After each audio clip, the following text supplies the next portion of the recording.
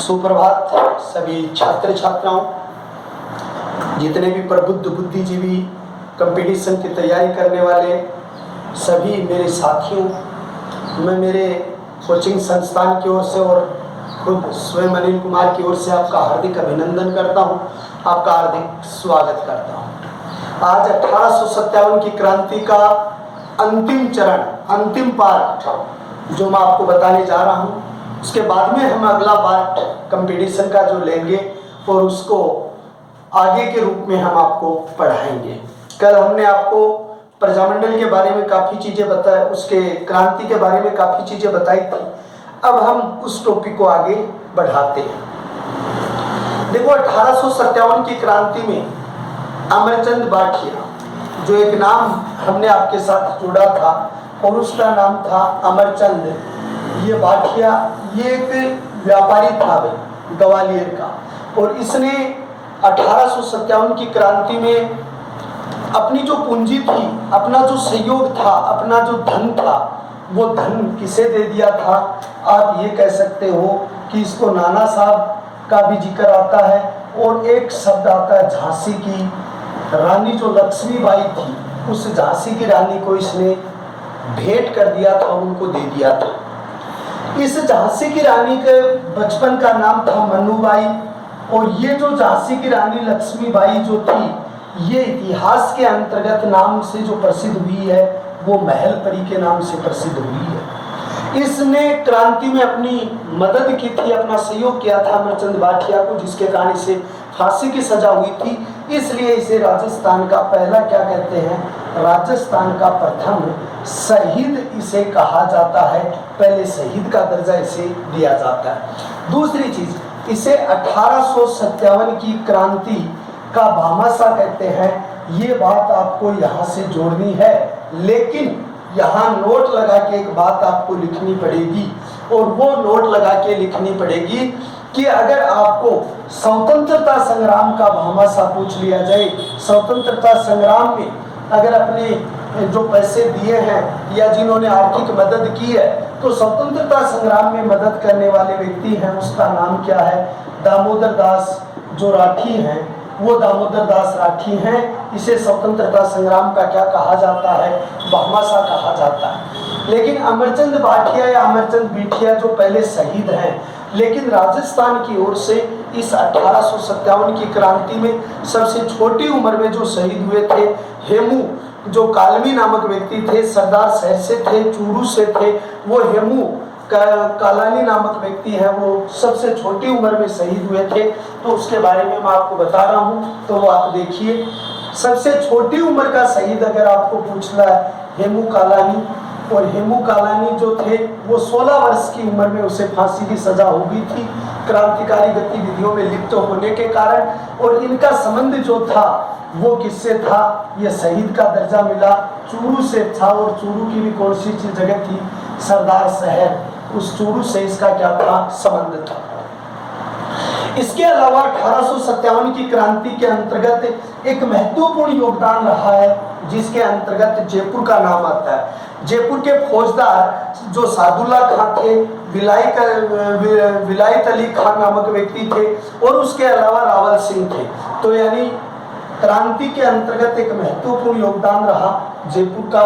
जयपुर में सादुल्ला खां नामक व्यक्ति हैं, दूसरे व्यक्ति हैं विलायत खान नामक व्यक्ति हैं, तीसरे व्यक्ति हैं रावल सिंह नामक व्यक्ति हैं। ये तीनों व्यक्ति जो आपके हैं, जो 1857 की क्रांति में जयपुर के प्रमुख विद्रोही थे, क्रांतिकारियों के प्रमुख रूप से सहयोगी थे, क्रांतिकारियों का प्रमुख रूप से ये क्या कर रहे थे? सहयोग कर रहे थे। उस समय जयपुर के राजा कौन थे? तो जयपुर के राजा कौन थे? राम सिंह सेकंड थे। इनके सब के आगे क्या लगता था? सवाई लगता था। क्योंकि कल मैंने बताया था कि कोटा के भी राम सिंह ही सेकंड थे, लेकिन वो महारावल राम सिंह सेकंड थे, लेकिन यहाँ सवाई राम सिंह सेकंड यहाँ के क्या थे? शासक थे। अब सादुल्ला खां, विलायत खां और रावल सिंह नाम के व्यक्ति ने यहाँ पर षड्यंत्र रचा या विद्रोह किया था, और उस विद्रोह के प्रमुख सहयोगी उसके राजा उस समय थे, वो थे राम सिंह सेकंड। और राम सिंह सेकंड उस समय किसके समर्थक थे? अंग्रेजों के समर्थक थे। तो अंग्रेजों का ये क्या कर रहे थे, समर्थन कर रहे थे। सवाई राम सिंह सेकंड ने 2 किलो में नाहरगढ़ और जयगढ़ के किले थे। नाहरगढ़ का दूसरा नाम सुंदरगढ़ भी लिखा होता है। नाहरगढ़ और जयगढ़ के किलों में इनको ठहराया था, अंग्रेजों को सहायता की थी। अंग्रेज इतने खुश हुए कि जब उन्होंने उनकी मदद की, तो इसलिए अंग्रेजों ने सवाई राम सिंह सेकंड को सितार-ए-हिंद की पदवी से सम्मानित किया था। यानी राम सिंह सेकंड जो थे उन्हें सितारे-हिंद की पदवी से सम्मानित किया और सितारे-हिंद की पदवी से अंग्रेजों ने किया। इनको एक जगह यानी कोटपुतली नामक स्थान था, वो इनाम स्वरूप दिया गया था। ये कोटपुतली जो है वो किसके लिए प्रसिद्ध है वर्तमान में? एक तो कागज और दूसरा किसके लिए प्रसिद्ध है? सीमेंट के लिए प्रसिद्ध है। यहाँ पर कागज का एक उद्योग है जिसका नाम है कृष्णा पेपर, जो मिल्स है वो यहाँ पर कोटपुतली में कागज उद्योग के लिए काफी प्रसिद्ध रही है। ये कोटपुतली राजस्थान का 34वां जिला बनने जा रहा है। 35वां जिला आपका डीडवाना बन सकता है, ये संभावित है। और आपका 36वां जिला बन सकता है, उस 36वें जिले का नाम नीम का थाना हो सकता है। मैं आपको बताऊं कि ये कोटपुतली जो क्षेत्र है, ये कोटपुतली क्षेत्र है, इसके जिलों के गठन में 2013 के अंतर्गत श्रीमान अशोक जी गहलोत ने नए जिलों के पुनर्गठन पर एक समिति बनाई थी। उस समिति का नाम था जीपी सिंधु समिति। क्या नाम था उसका? जीपी सिंधु समिति था। तो उस समिति के आधार पर नए जिलों का गठन होगा, उसकी रिपोर्ट आई है। तो ये कोटपुतली उसे ही नाम में दिया गया था। ये राम सिंह सेकंड वो था जिसके काल में ब्लू पोट्री का सर्वाधिक विकास हुआ था।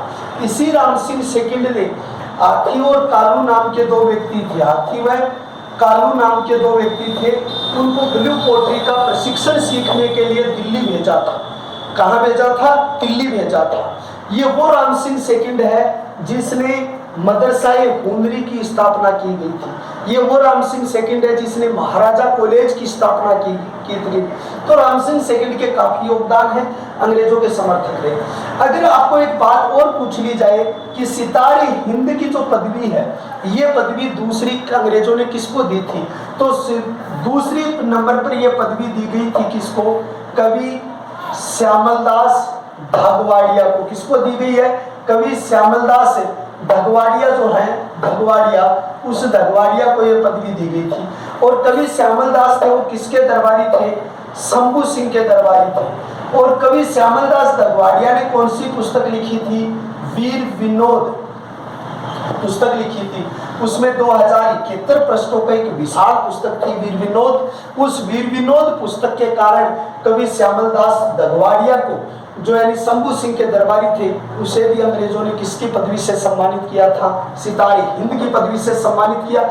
जयपुर में 1857 की क्रांति में एक बात ये याद रखोगे, सादुल्ला विलायत खां और रावल सिंह वाली बातें आपको बहुत ही अच्छे तरीके से याद रखनी पड़ेगी। दूसरी बात आपको सितारे-हिंद याद रखना पड़ेगा। तो ये सारी चीजें आपके लिए अति महत्वपूर्ण है, इनको आप बड़े गौर से याद रखोगे। 1857 की क्रांति का एक दूसरा चरण हम आपको बताते हैं, और वो चरण क्या आता है 1857 की क्रांति में? तात्या टोपे की क्या भूमिका रही? देखो, तात्या टोपे का संबंध 1814 ईस्वी से 1859 रख रहे। पहले नंबर पर आप लिखेंगे तात्या टोपे, और ये 1814 में जन्म हुआ और 1859 ईस्वी तक का एक बड़ा रोल, एक महत्वपूर्ण रोल रहा। इसका बचपन का नाम रामचंद्र पांडुरंग था। इसका स्वयं मूल नाम था, वो था रामचंद्र पांडुरंग था, ये इसका मूल नाम था। तात्या टोपे मूल रूप से महाराष्ट्र के निवासी थे। तो तीसरे नंबर की बात आती है कि ये मूल रूप से कहाँ के रहने वाले थे? महाराष्ट्र के निवासी थे। और तात्या टोपे जो थे उस समय नाना साहब और झांसी की रानी लक्ष्मीबाई जो थी, उनके आदर्शों को आगे बढ़ा रहे थे, उनके सहयोगी थे। तो ये सहयोगी किसके बनेंगे? नाना साहब हैं। और दूसरे नंबर पर कौन है? झांसी की रानी जो है, और झांसी की रानी लक्ष्मीबाई जो है, वो लक्ष्मीबाई है। उनके आदर्शों को बढ़ाना, उनके आदेशों पर चलना, उसके आदेशों के अनुसार क्रांतिकारी जो संचालन व्यवस्थाओं को करना है। तो इसकी इसी स्टेप से जो थे वो तात्या टोपे जी जो थे वो चले थे। लेकिन एक बात पूछी जाती है कि तात्या टोपे जो हैं उन्होंने जैसलमेर को छोड़कर संपूर्ण राजपूताने की यात्रा की थी, यानी जितने भी आपके क्षेत्र हैं। तो तात्या टोपे ने सिर्फ एक क्षेत्र को छोड़ा था, कौन से को? जैसलमेर। जैसलमेर को छोड़कर उसके अलावा संपूर्ण जो राजपूताना था, उस संपूर्ण राजपूताने की इसने क्या की थी? यात्रा की थी। संपूर्ण राजपूताने में आया था। तात्या टोपे राजस्थान में 3 बार आए थे। तात्या टोपे राजस्थान में कितनी बार आए? 3 बार आए। उसका प्रथम आगमन हुआ था, वो कहाँ हुआ था? मांडलगढ़, जो आपका कहाँ है? भीलवाड़ा क्षेत्र में आगमन हुआ था। और दूसरा उसका जो आगमन हुआ था वो कहाँ हुआ था? कुशलगढ़, और वो कहाँ पर है? बांसवाड़ा क्षेत्र के अंतर्गत आगमन हुआ था। ये 2 उसके प्रथम महत्वपूर्ण आगमन थे। तीसरे में तो वो पृथ्वी सिंह जो थे झालावाड़ के, उससे होते हुए सीधे चले गए थे। तो यानी 3 बार उसका आगमन हुआ। जैसलमेर को छोड़कर उन्होंने हर क्षेत्र की यात्राएं की थी। एक बात और हम आपको बता दें, इसको क्लियर कर दें। ये बात आपको बड़ी डाउटफुल मिलेगी कि 3 बार उसका आगमन हुआ, 2 बार उसका हुआ। अगर आपको ये बात पूछी जाए कि क्रांतिकारी गतिविधियों के कारण इस क्षेत्र का भ्रमण सिर्फ पूछा जाता है तो 3 बार लिखना है। और अगर ये पूछा जाए राजस्थान के आंतरिक प्रवेश शब्द आपको दिया जाए, राजस्थान में प्रवेश कितनी बार, तो 2 ही बार आपको लिखना है। हाँ, ये एक तीसरा आगमन तो जब उसका हुआ था, नरवर प्रदेश में पकड़ा गया था, तब उसको कोई कार्रवाई नहीं थी, केवल यूं ही वहां से निकले थे। तो आगमन तो 3 बार है, लेकिन राजस्थान में उसका प्रवेश या उसकी गतिविधियां जो संचालित हुई हैं वो केवल 2 बार ही हुई है। कहा जाता है कि तात्या टोपे जो हैं उन्होंने पहली लड़ाई जो लड़ी 8 अगस्त 1858 ईस्वी को लड़ी थी। तो मैं आपको दूसरी चीज समझाऊं कि तात्या टोपे ने राजस्थान में पहला संघर्ष जो किया था वो 8 अगस्त सन 1858 ईस्वी को किया था। और ये कौन सी जगह पर हुआ? पुराड़ा। पुराड़ा कौन सी नदी के किनारे था? कोठारी नदी के किनारे। कोठारी नदी है, उस पर कौन सा बांध बना हुआ है? मेजा बांध बना हुआ है। कौन सा बांध बना हुआ है? मेजा बांध बना हुआ है। मेजा बांध को क्या कहते हैं? ग्रीन फोर्ट कहते हैं। इसे क्या कहा जाता है? ग्रीन फोर्ट के नाम से जानते हैं। मेजा बांध है, कोठारी नदी पर बना हुआ है, मांडलगढ़ भीलवाड़ा क्षेत्र में है। कौन सी जगह है भाई? मांडलगढ़ भीलवाड़ा के अंतर्गत है। और यहाँ मांडलगढ़ भीलवाड़ा में राणा सांगा की क्या बनी हुई है? सांगा की छतरी बनी हुई है। और अगर उसका चबूतरा पूछ ले तो कहाँ बना हुआ? बसवा जो दौसा क्षेत्र है वहां पर उसका चबूतरा, जैसे नटनी का चबूतरा कहाँ बना हुआ तो जालोर के किले में बना हुआ है, उस तरीके से ये चीज पूछी जा सकती है। तो उस पुराना नामक स्थान पर कोठारी नदी पर पहली बार इसका संघर्ष हुआ। अंग्रेज अधिकारी रॉबर्ट्स थे, उसके विरुद्ध था। तो अंग्रेज अधिकारी कौन है? तो अंग्रेज अधिकारी यहाँ पर होंगे कौन? रॉबर्ट्स होंगे। तो रॉबर्ट्स के बीच हुआ था। तो रॉबर्ट्स के सामने पहली बार पराजित हो गए थे तात्या टोपे, और यहाँ से उसे वापस पलायन करना पड़ा, वापस इसे जाना पड़ा था। दूसरी बार उसका जो संघर्ष हुआ उसको अमीरगढ़ का युद्ध कहते हैं। तो दूसरा देखिए, पहला तो कुराड़ा हो गया, और दूसरे नंबर पर आपकी जो क्षेत्र आता है वो कौन सा आता है? अमीरगढ़ आता है। अमीरगढ़ का जो संघर्ष हुआ ये दूसरी बार आगमन हुआ 11 नवंबर सन 1858 ईस्वी को हुआ था। और ये किसके बीच में हुआ था? वरीजू दौला। ये वरीजू दौला कौन थे भाई? अमीन खां पिंडारी के पुत्र थे। कौन थे? अमीन खां पिंडारी के क्या थे? पुत्र थे। इस वरीजू दौला के बीच, और यानी कि दूसरी तरफ किसके बीच हुआ था? तात्या टोपे के बीच हुआ था। ये बड़ा संघर्ष था। और इस वरीजू दौला के बीच जब संघर्ष हुआ था तो इस संघर्ष में एक बड़ी बात आई थी कि वरीजू दौला पक्ष में थे अंग्रेजों के, लेकिन वरीजू दौला के मामा जी जो थे मीर आलम खां, और उसकी राजमाता थी मरियम, ये पक्ष में थी किसके?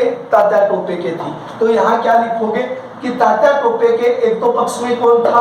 तो आप लिखोगे वरीजू दौला का मामा, और मामा का नाम क्या? आलम खां। एक तो यहाँ पर ये व्यक्ति इसके साथ जुड़ा हुआ है, यानी वरीजू दौला का मामा था और उस मामा का नाम क्या था? आलम खां। दूसरा व्यक्ति कौन जुड़ा हुआ है इसके साथ? वरीजू दौला आलम खां के अलावा दूसरा व्यक्ति जो जुड़ा हुआ है वो थी मरियम। ये मरियम कौन थी? ये राजमाता थी। मरियम राजमाता थी। तो मरियम जो राजमाता थी वह महिलाओं के नेतृत्व में तात्या टोपे के पक्ष में थी।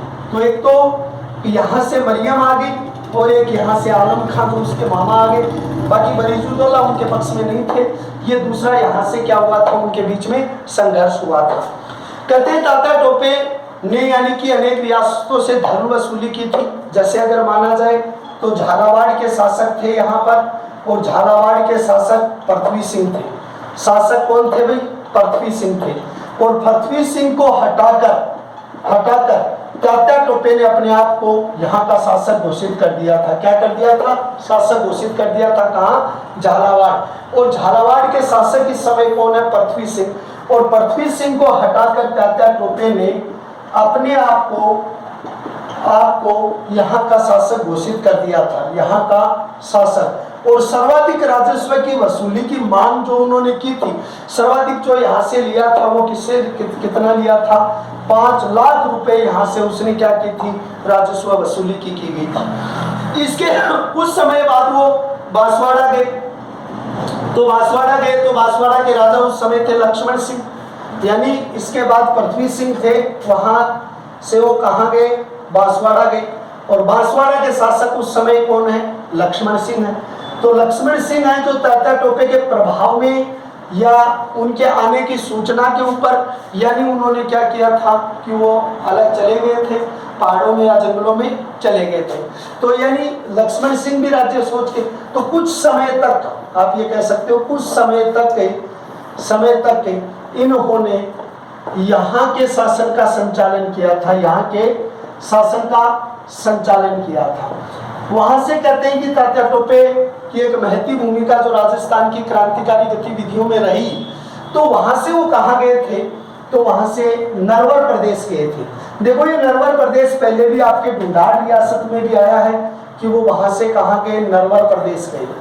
और नरवर प्रदेश में एक जाति थी नारूका। ये नारूका क्या होता है भाई?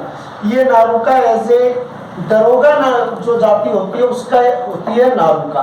इन नारुकों की कुलदेवी कौन हुआ करती थी? तो कुलदेवी इनकी हुआ करती थी जिसका नाम था हर्षद माता।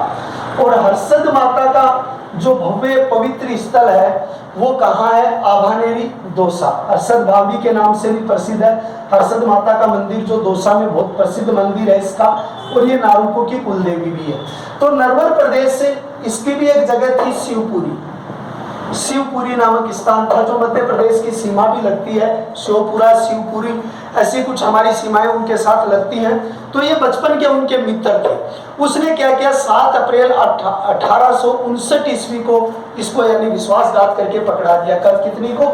7 अप्रैल 1859 ईस्वी को इस नरवर प्रदेश के कौन थे? मानसिंह नारूका। ये बचपन के मित्र थे। वैसे तो नरवर प्रदेश के हैं, नारूका गोत्र के हैं, कुलदेवी हर्षद माता है, दौसा में प्रसिद्ध मंदिर है, शिवपुरी के हैं, मानसिंह नारूका है, बचपन के मित्र थे। और 7 अप्रैल 1859 ईस्वी को इसे गिरफ्तार करवा दिया था। किसने? यानी मानसिंह नारूका ने उसको गिरफ्तार करवा दिया था। उस समय तात्या टोपे के ऊपर मुकदमा डला। और जब मुकदमा चला तो मुकदमा चलते समय एक अंग्रेज अधिकारी थे जिसका नाम था बाग। ये न्यायाधीश थे भाई। ये क्या थे? न्यायाधीश थे। तो बाग नामक न्यायाधीश जो है उन्होंने इनको किसकी सजा सुनाई? फांसी की सजा सुनाई। फांसी की सजा इसको दी गई थी 18 अप्रैल 1859 ईस्वी को। कितनी तारीख है? 18 अप्रैल 1859 ईस्वी को इसे किसकी सजा हो गई थी? फांसी की सजा हो गई थी। किसको हो गई थी? तात्या टोपे को फांसी की सजा दी गई। तात्या टोपे की फांसी के ऊपर कैप्टन स्वार्स जो मेवाड़ के थे, तात्या टोपे की फांसी के ऊपर जो कैप्टन स्वार्स थे वो कहां से थे? मेवाड़ के थे। तो यहाँ पर आप एक चीज और लिखोगे, और वो चीज क्या लिखोगे? कैप्टन स्वार्स। देखो कितनी अच्छी बात यहाँ पर लिखी गई है, उसे आप बड़े ध्यान से देखेंगे तो आपने जो पहला शब्द आप ये लिखोगे कैप्टन, और स्वार्स जो कैप्टन था। और ये कैप्टन स्वार्स कहाँ का था? ये मेवाड़ के अधिकारी उस समय हुआ करते थे, या मेवाड़ के प्रतिष्ठित अधिकारी थे। कैप्टन स्वार्स ने कहा तात्या टोपे को फांसी देना एक अपराध है और भारतीय इतिहास की आने वाली पीढ़ियां इस अपराध के लिए हमें माफ नहीं करेंगी, क्योंकि हम जिस तरीके से तात्या टोपे जी को फांसी जो दे रहे हैं ये मानवीय दृष्टिकोण से बिल्कुल क्या आती है, गलत आती है। तो ये कैप्टन स्वार्स थे और कैप्टन स्वार्स का संबंध किससे है, मेवाड़ से था। तो इस मेवाड़ वाले आदमी ने क्या कहा कि तात्या टोपे को फांसी देना। किसको फांसी देना, तात्या टोपे को फांसी देना। फांसी देना क्या भाई, अपराध है, ये एक ऐसा अपराध है भारतीय इतिहास में आगामी जो पीढ़ी है वो आगामी पीढ़ी हमें क्या नहीं करेगी, माफ नहीं करेगी। वो हमें कभी भी इस चीज के लिए माफ नहीं करेगा। इतिहास ऐसी बात उसकी मृत्यु के ऊपर कही गई थी, इतिहास इसे गलत समझेगा। लेकिन 1857 की क्रांति के अंतर्गत एक और रियासत थी जिस रियासत का नाम था बीकानेर। ये जो बीकानेर रियासत थी और बीकानेर के राजा उस समय हुआ करते थे कौन, सरदार सिंह। ये सरदार सिंह नाम के जो राजा हैं, ये सरदार सिंह भी किसके समर्थक थे, अंग्रेजों के समर्थक थे। ये पूर्ण रूप से अंग्रेजों के पक्ष में थे। सरदार सिंह राजस्थान के एकमात्र ऐसे राजा हुए हैं या एकमात्र ऐसे शासक हैं जिन्होंने राजस्थान के बाहर सेना भेजी है। जिन्होंने क्या किया है, राजस्थान के जो बाहर है इसने सेना भेजी है या सहयोग के लिए सेना को वहां पर भेजा गया है। तो कहां कहां इसने सेना भेजी थी, तो इसने सेना भेजी थी हिसार, उसके बाद बड़ालू, उसके बाद भिवानी के बाद में आपका सिरसा। ये कई जगह ऐसे स्थान है जहां पर इन्होंने अंग्रेजों के पक्ष में सेना भेजी है। लेकिन एक यहाँ पर एक जगह आती है बड़ालू नामक स्थान पर, इस नामक स्थान जो है वहां स्थान पर इसकी क्रांतिकारी सेना से क्या हुई थी, मुठभेड़ हुई थी। क्रांतिकारी सेना से इसका क्या हुआ, संघर्ष हुआ था। वो कौन से स्थान पर हुआ था, बड़ालू नामक स्थान पर हुआ था। सरदार सिंह के इस योगदान से अंग्रेज बहुत खुश हुए थे। यानी जो सरदार सिंह का जो ये योगदान था, उस योगदान से वो इतने खुश हुए और उसे खुश होने के कारण उसने क्या किए थे, 41 टिब्बी जो क्षेत्र आपका एक क्षेत्र आता है टिब्बी, 41 टिब्बी परगने के 41 गांव उसको दान में दे दिए थे। कितने गांव दान में दिए, टिब्बी के 41 गांव टिब्बी परगने के उसको दान में दिए, इनाम स्वरूप दिए, उसको सम्मानित किए थे। यहाँ एक चीज और आती है और उस चीज का नाम है टीबी। ये टीबी अपने आप में एक प्रश्न है और टीबी अपने आप में प्रश्न है। एक शब्द यहाँ पर टीबी, जहाँ पर एक नदी का प्रवेश होता है उस को क्या कहते हैं, घग्गर, जो राजस्थान में आंतरिक प्रवाह की दृष्टि से देखा जाए तो सबसे बड़ी नदी के रूप में प्रसिद्ध होती है। और इस घग्गर नदी के किनारे हनुमानगढ़ में एक सभ्यता केंद्र विकसित हुआ, उसका नाम क्या है, कालीबंगन सभ्यता विकसित हुआ। और एक टीबी क्षेत्र के अलावा एक शब्द और जुड़ जाता है यहाँ पर, मीनाहारी टीबा। और ये मीनाहारी टीबा क्षेत्र जो जुड़ता है ये एक तेल उत्पादन क्षेत्र है आपका, बाड़मेर क्षेत्र का जो है वो मीनाहारी टीबा के नाम से प्रतिष्ठित रूप से संचालित रूप से इसका नाम अग्रणी रूप से आता है। तो ये हमारी जो 1857 की जो क्रांति थी, जो बिंदु था, वो हमारा कंप्लीट जो एक सर्वश्रेष्ठ बिंदु के रूप में जुड़ा हुआ था। इसके बाद में क्रांतिकारियों के बारे में कुछ बताएं। 5-7 क्रांतिकारी ऐसे आते हैं आपके राजस्थान के कंपटीशन में, जो भी हम आपको बताते हैं कि कौन कौन से क्रांतिकारियों पर आपसे क्या क्या क्वेश्चन पूछे गए हैं। उन्हें आप थोड़ा ध्यान से देखेंगे तो कैसे आपको इसे आपको एक अच्छे प्रश्न के रूप में और स्टेप के रूप में आपको पढ़ना है। देखो, आज एक क्रांतिकारी के बारे में मैं आपको बता रहा हूँ और उस क्रांतिकारी का नाम क्या है, विजय सिंह पथिक। ये एक राष्ट्रीय क्रांतिकारी रहे। देखो, इस विजय सिंह पथिक का मूल नाम क्या था, भूप सिंह था। ये भूप सिंह थे। ये कहाँ के रहने वाले थे, ये बुलंदशहर यूपी के रहने वाले थे। बुलंदशहर जो थी वो यूपी का स्थान है और उस यूपी के रहने वाले थे। इनका जन्म 1885 ईस्वी में गुडावली जिला बुलंदशहर था। तो जन्म इसका कब हुआ, 1882 ईस्वी। और कौन सी जगह, गुडावली स्थान है और ये किसका हिस्सा है, बुलंदशहर के ये रहने वाले हैं। इसका यहाँ पर जन्म हुआ था। इनके पिता का नाम हमीर सिंह गुज्जर था, माता का नाम कमल कुमारी था।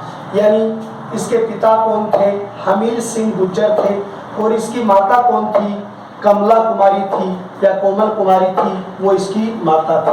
इसके दादाजी जो थे उसका नाम क्या था, इंदर सिंह। जो एक बड़े ठिकानेदार थे, एक दीवान थे, उस समय ग्वालियर क्षेत्र के दीवान में आते थे। विजय सिंह पथिक के राजनीतिक गुरु कौन थे? तो विजय सिंह पथिक के जो राजनीतिक गुरु हैं या जो संदेश, उसमें दो चीज आती है। एक तो राजनीतिक गुरु इनके अगर पूछे जाते हैं तो राजनीतिक गुरु में नाम आता है माणिक्यलाल वर्मा। ये बात आपकी, यानी इसके साथ वर्मा जो शब्द है उसको जोड़ते हैं, ये राजनीतिक गुरु थे इनके। लेकिन अगर इसके राजनीतिक चरित्र का प्रभाव अगर आपसे पूछता है, राजनीतिक चरित्र में प्रभाव जो इसको आपको पूछा जाए अगर विजय सिंह पथिक पे, तो उसमें सबसे ज्यादा किसका? रास बिहारी बोस का है, बिहारी बोस का सर्वाधिक है। दूसरा कौन सा है? सन्याल चंद्र नाम के व्यक्ति हैं, तो यानी सन्याल चंद्र है, रास बिहारी बोस है, ये इनका भी महत्वपूर्ण है। तो सचिंद्र नाथ सन्याल इसका पूरा नाम आपका है, सचिंद्र नाथ सन्याल। इस पर दो प्रश्न आपके बहुत महत्वपूर्ण आते हैं। एक तो ये महत्वपूर्ण आता है कि इसको राजस्थान किसने भेजा? रास बिहारी बोस ने भेजा, सच्चिदानंद सन्याल ने भेजा? तो सचिंद्र नाथ सन्याल के कहने पर आए थे। रास बिहारी बोस का भी इसका महत्वपूर्ण, इसके जीवन चरित्र पर काफी योगदान इसका रहा है। फिर दूसरी बात यह है कि विजय सिंह पथिक ने अपना नाम भूप सिंह से विजय सिंह कब किया? जब ये टोयगढ़ जेल में थे, और टोयगढ़ जेल से पहले इसने गोपाल दास खैरवा थे, गोपाल दास खैरवा से ये मिले थे।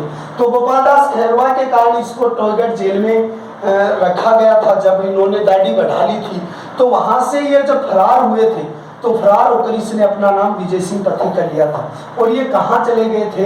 एक स्थल था ओछड़ी गांव, और ओछड़ी गांव कहाँ है? चित्तौड़गढ़। और वहां उसने किसके पद पर काम कर लिया था? अध्यापक के पद पर उन्होंने क्या किया? काम किया था। लेकिन जब मैंने किसान आंदोलन आपको पढ़ाए तो उनमें मैंने आप जो चीजें पढ़ाई उसे ध्यान से दोबारा सुनिए। किसान आंदोलन में ये 1913 ईस्वी में आए। साधु सीताराम दास के कहने पर 15 में ये बिजोलिया से जुड़े। 1917 ईस्वी के अंतर्गत उपरमाल पंच बोर्ड का गठन किया हरियाली अमावस्या के दिन, और मुन्ना पटेल को यानी कि सरपंच बनाया। ठाकरी पटेल, नानक पटेल इसके सदस्य बने और बेरी साल गांव में की थी। फिर इसने वर्धा में राजस्थान सेवा संघ का गठन किया था। वहां से इसने राजस्थान केसरी नामक पत्रिका निकाली। फिर उन्होंने उसको अजमेर स्थानांतरित किया। वहां से इसने नवीन राजस्थान और तरुण राजस्थान नाम की पत्रिका निकाली थी। और विजय सिंह पथिक ने यानी जो हरि भाई किंकर जो हैं उसके द्वारा स्थापित जो विद्या प्रचारणी, दोबारा देखिए, हरि भाई किंकर द्वारा स्थापित विद्या प्रचारणी संस्था के रूप में भी इन्होंने कार्य किया था या उसको आगे बढ़ाया था, यानी उसको आगे सर्वश्रेष्ठता के रूप में चलाने का काम भी इन्होंने किया। फिर अखिल भारतीय देसी राज्य लोक परिषद बाबा रामचंद्र की अध्यक्षता में उसके उपाध्यक्ष भी ये बने, और क्रांतिकारी गतिविधियों तक अंतिम समय तक ये जुड़े रहे। एक राष्ट्रीय क्रांतिकारी गतिविधियों का इसका एक संबंध रखा इन्होंने, और वो यानी विजय सिंह पथिक के रूप में। कल हम आपको बारठ परिवार और अर्जुन लाल सेठी और उनके बारे में डिटेल से बताएंगे। मैं जहाँ तक सोचता हूँ मेरी क्लास आपको बहुत बेहतर समझ में आई होगी। इसे आप ज़्यादा से ज़्यादा लाइक करें, शेयर करें, सब्सक्राइब करें, और जो भी कमियां हो उन्हें उजागर करें ताकि उनको सुधार करके एक अच्छे शिक्षक भी बन सके और एक अच्छा अध्यापन भी करवा सके। जय हिंद, जय भारत।